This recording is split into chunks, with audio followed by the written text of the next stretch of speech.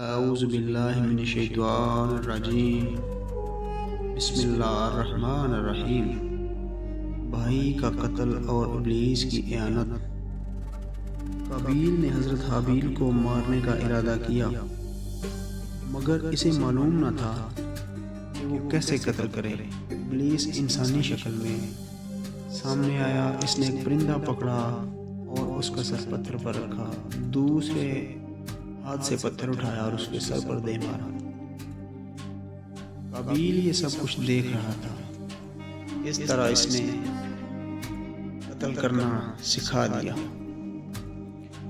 قابیل نے حابیل کا سر 2 پتھروں سے کچل دیا۔ ایک قول کے مطابق سوتے ہوئے دھوکے سے حابیل کا سر کچل دیا۔ اللہ تعالیٰ نے فرمایا، بس آسان بنا دیا اس کے لیے، اس کے نفس نے اپنے بھائی کا قتل کر دیا اسے، اور ہو گیا سخت نقصان اٹھانے والوں نے۔ قتل کے وقت حضرت حابیل کی عمر 20 سال تھی۔ حضرت ابن عباس کا قول ہے، نور پہاڑ پر قابیل نے حضرت حابیل کو قتل کیا۔ جب قتل کر دیا، لاش کھلی چھوڑ دی۔ اب پتہ نہیں تھا کہ اس کا کیا کرے، کیونکہ انسانوں میں سے یہ روئے زمین پر پہلی لاش تھی۔ درندے اس لاش کے در پہ ہو گئے۔ قابیل نے وہ لاش ایک بوری میں ڈالی اور 40 روز تک پشت پر اٹھائے رکھی۔ حضرت ابن عباس نے فرمایا، اسے 1 سال تک اٹھائے رکھا، جب تک وہ خراب ہونے لگی۔ پرندے درندے بھی اس انتظار میں تھے کہ کب اس لاش کو پھینکیں اور وہ اسے کھائیں۔ اللہ تعالیٰ نے 2 کوے بھیجے، دونوں آپس میں لڑے۔ ایک نے دوسرے کو قتل کر دیا۔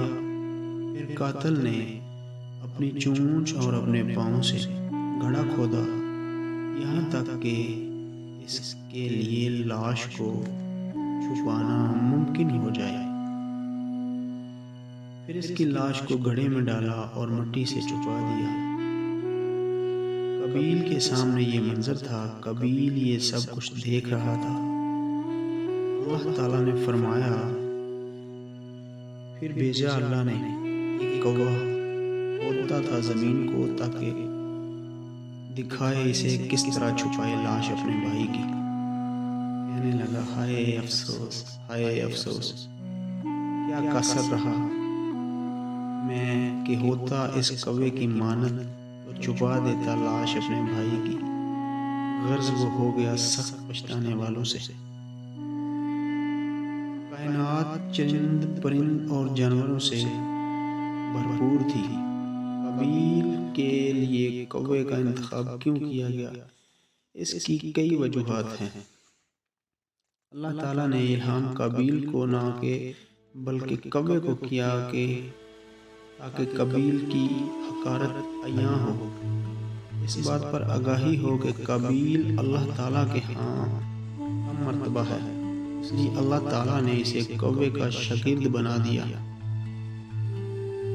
کہا جاتا ہے کہ کوے کو اس مقصد کے لیے متعین کیا گیا کیونکہ اس سے فراق اور اجنبیت کی بدفعلی لی جاتی ہے، جو اس داستان کے بالکل موافق ہے۔ زمین پر خون پینے کی حرمت۔ حضرت مطلب بن عبداللہ نے کہا، جب ابن آدم نے اپنے بھائی کو قتل کر دیا تو زمین میں زلزلہ پیدا ہو گیا۔ زمین حابیل کا خون اس طرح پی گئی جس طرح پانی پی جاتی ہے۔ اللہ تعالیٰ نے اس ندا کی، میرا بھائی کہاں ہے؟ اس نے کہا، میں نہیں جانتا، میں اس پر نگران نہیں ہوں۔ اللہ تعالیٰ نے فرمایا، تیرے بھائی کا خون مجھے زمین سے پکارتا ہے، تو نے اپنے بھائی کو قتل کیوں کیا؟ قابیل نے کہا، اگر میں نے اسے قتل کیا تو اس کا خون کہاں ہے؟ اس کے بعد اللہ تعالیٰ نے زمین پر حرام کر دیا کہ وہ خون پیے۔ اس قتل کے بعد قابیل کی رنگت سیاہ ہو گئی۔ حضرت آدم علیہ السلام نے اس سے بھائی کے بارے میں پوچھا۔ اس نے جواب دیا، میں اس پر نگہبان تھوڑا تھا، آپ نے فرمایا تم نے اسے قتل کر دیا، اس لیے تیرا جسم سیاہ ہو گیا۔ حضرت آدم علیہ السلام نے اس سے براءت کا اظہار کیا۔ قابیل اس کے بعد 100 سال تک زندہ رہا، وہ کبھی مسکراتا نہیں تھا۔ حضرت آدم علیہ السلام مکہ مکرمہ میں تھے، درخت کانٹے دار ہو گئے، کھانے بدلنے لگے، پھل کھٹے ہونے لگے، پانی کڑوا ہو گیا، زمین غبار آلودہ ہو گئی۔ حضرت آدم علیہ السلام نے فرمایا، زمین میں کوئی بڑا حادثہ رونما ہوا ہے۔ آپ ہند میں آئے تو قابیل کو حابیل کو قتل کر چکا تھا۔ آپ ہند میں آئے تو قابیل حابیل کو قتل کر چکا تھا، پھر قابیل کو مردود کر دیا گیا۔ جب وہ مارا مارا پھرتا رہا، اسے امن نصیب نہ ہوا۔ اس نے اپنی بہن اکلیمہ کا ہاتھ پکڑا اور یمن کے علاقے کی طرف بھاگ گیا۔ ابلیس اس کے پاس آیا اور کہا، حابیل کی قربانی آگ اس لیے کھا گئی کیونکہ وہ آگ کی پوجا کرتا تھا، تو بھی آگ کے لیے جگہ بنا جو تیرے اور تیری نسل کے لیے ہو۔ قابیل نے ایک آتش کدہ بنایا، یہی وہ پہلا شخص تھا جس نے آگ کی پوجا کی۔ اس کی اولاد نے لہو و لعاب کے آلات بنائے، جیسے بانسری، ڈھول، باجے، عود اور تنبور وغیرہ۔ یہ لہو لعاب شراب خوری، آگ کی پرستش، بدکاری اور فحش میں محمق ہو گئے، حتیٰ کہ حضرت نوح علیہ السلام کے طوفان نے انہیں غرق کر دیا۔ حضور صلی اللہ علیہ وآلہ وسلم نے فرمایا، کوئی انسان بھی دوسرے انسان کو ظلماً قتل نہیں کرتا، مگر اس کے گناہ کا بوجھ قابیل پر بھی ہوتا ہے، کیونکہ وہ سب سے پہلا آدمی ہے جس نے قتل کا رواج دیا۔ امام بہقی نے حضرت ابن عمرو کا یہ قول نقل کیا ہے، حضرت آدم علیہ السلام کا قاتل بیٹا دوزخیوں سے عذاب کی صحیح تقسیم کرے گا، اس پر نصف عذاب ہوگا۔ ابن اساکر نے حضرت ابو ہریرہ رضی اللہ عنہ سے روایت کیا، جس نے اپنے بھائی سے سال بھر قطع رحمی کی، وہ اللہ تعالیٰ سے قابیل کے گناہ جتنا گناہ لے کر ملاقات کرے گا۔